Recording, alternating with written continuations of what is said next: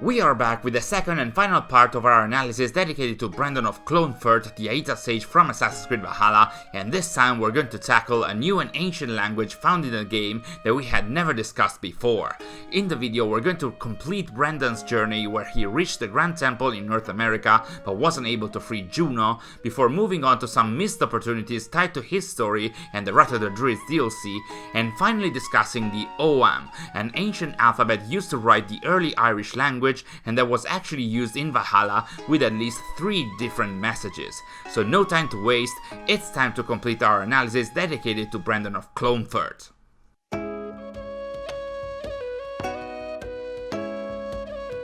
So we pick up where we left off. We are towards the end of the England leg of Brandon's journey. He has interacted with many standing stones already, and the memories of Aita have already surfaced to the point that he already has heard the names Juno, Aita, and Minerva, and also that he has felt disagreement between them, a tension rising between the Isu before the Toba catastrophe hit the earth that was bound to worsen in the subsequent memories and voices that Brandon would have experienced.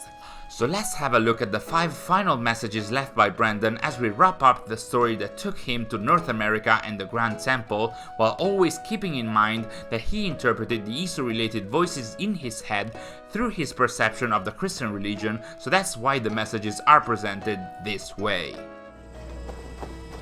Here in the ancient kingdom of Kent, the Jutes have brought me to where his fire burns through traces of the Nephilim.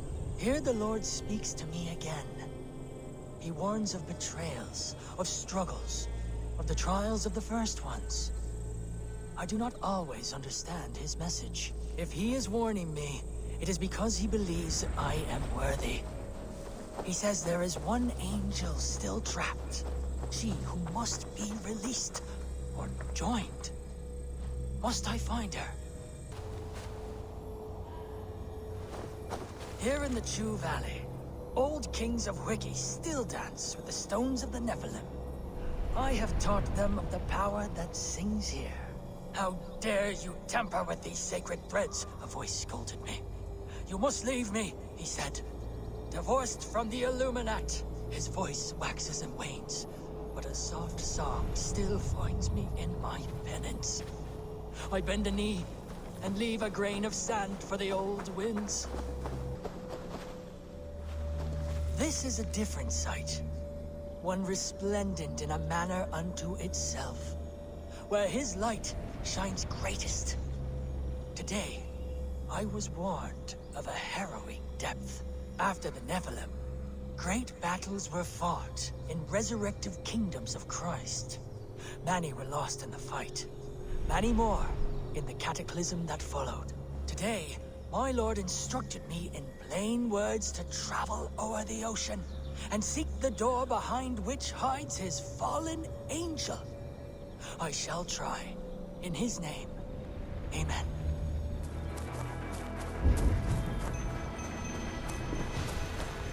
Here I, Brendan of Clonfert, servant of our Lord, to make my final inscription before this holy fount of light.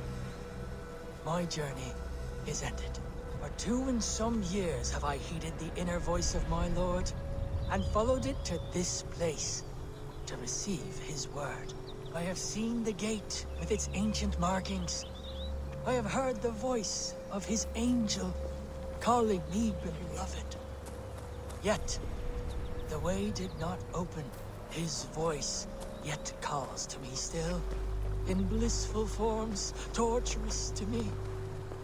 Yet, the way remains closed. My way forward is uncertain.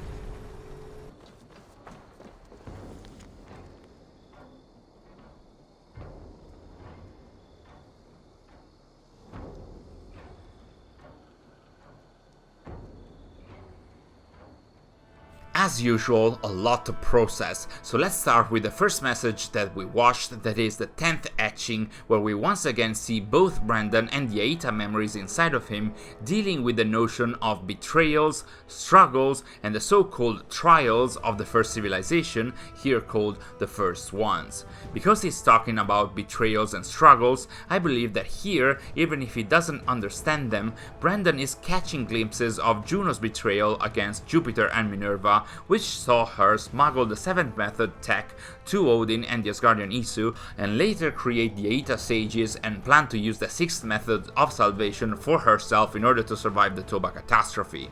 And this is sort of confirmed when Brandon mentions that the quote-unquote Lord says that there is one angel still trapped, she who must be released or joined, which is a direct reference to Juno's consciousness being trapped inside the Grand Temple, awaiting to be released in the world. So here the Aita consciousness inside of Brandon is starting to feel the itch to go to the Grand Temple and reunite with Juno, so much so that Brandon is already asking himself whether he has to find this female angel or not. But it is still not time to go, and in the next interaction Brandon directly recalls a line of dialogue which is not super easy to interpret, at least to me. Maybe you can help me with this. Assuming that this is once again an Aita memory, this seems to echo a time where Aita was scolded by a male Isu and was told, "How dare you tamper with these sacred threads, you must leave me, divorced from the Illuminat." Now, the sacred threads, or threads in general, are oftentimes the names through which the Isu, especially in Valhalla, are calling the threads of time, the paths that history was set on and that the Isu themselves tampered with so many times, while Illuminat was the name of the Isu caste that both Juno and Aita belonged to. So this male voice would be scolding Aita because he, and Juno of course, had been found out and their plans about tampering with the human DNA had been exposed, but according to the lore, Juno's plans were actually exposed way after Aita died, so this memory by Aita shouldn't really exist. Alternatively, as suggested to me by Lacrosse Daemon from the Assassin's Creed Wiki, this could be a memory from when Aita was imposed to stop human experimentation while he was in Atlantis, and because he refused to do that, he had been banished back to the Isu city of Feian, and that might have been the moment where he and maybe Juno were quote-unquote divorced from the Illuminat caste. Nonetheless, this was another example of the tensions between the different Isu that Brandon could be feeling thanks to Aita's memories. The final etching left by Brandon in England of course had to be left on the most famous set of standing stones, that is Stonehenge. Brandon himself recognizes that it's a different site, one resplendent into itself, which might be a reference to how in lore Stonehenge was built over the remnants of an Isu vault and in a way that it could resemble it. But here, once again, Brandon receives a warning by the Aita memories and consciousness within him.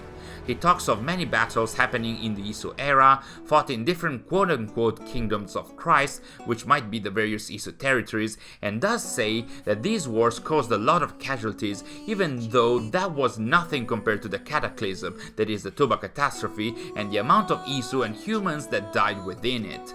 At the end of this message though, Brandon says that the quote-unquote voice of the Lord inside of his head, that is Aita's consciousness within him, directly instructed him to cross the ocean and seek the door behind which lies his fallen angel. This is where the itch for Aita to be reunited with Juno is too strong in Brandon's mind, and where he finally decides to travel to North America to the Grand Temple close to Turin, New York, so that he can try and open the door and free Juno, here labeled as a fallen angel. So this is how Brandon's legendary voyage was interwoven in a super interesting way within the Assassin's Creed lore, and of course you might know that the final etching can be found in the Vinland map, proving that within Assassin's Creed, Brandon did indeed reach North America and the Grand Temple too, although he wasn't able to achieve what he went there to do.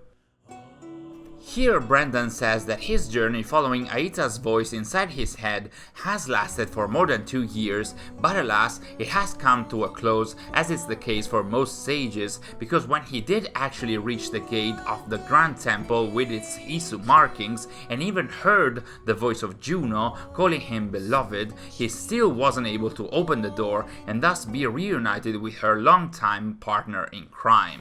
And because the gate didn't open, but he heard Juno's voice, that felt like a torture to him, which actually made him doubtful as to where to go and what to do next, and that's more or less where his story ends within the Assassin's Creed lore. Of course, like many other sages, he wasn't able to open the door because that gate was meant to be opened by Desmond Miles in 2012 and not before that, which supposedly made all the Aita sages unsuccessful in reuniting themselves with Juno before that. But while this was the end of Brendan's story, it wasn't the last of his messages. In fact, within the crossover event between Assassin's Creed Odyssey and Valhalla, we could actually witness another etching by Brendan in the Isle of Skye. It is a different style of message than the others, it's not tied to any other elements of his story, and it's not even voiced, and that's because it was designed and created by the devs way after the set of messages within the main game. So because of its content and because of its lack of ties with the other etchings, it could be placed at any time of Brendan's journey.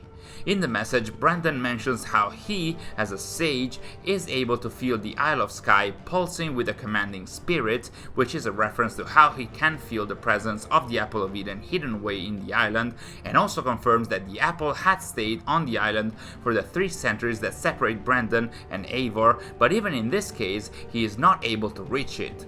This feeling though, this interaction with the influence of the apple, does bring back memories to Brendan. He actually remembers a series of markings that he had seen years before, and that he now understands to be markings written by the Isu, or Nephilim as he calls them.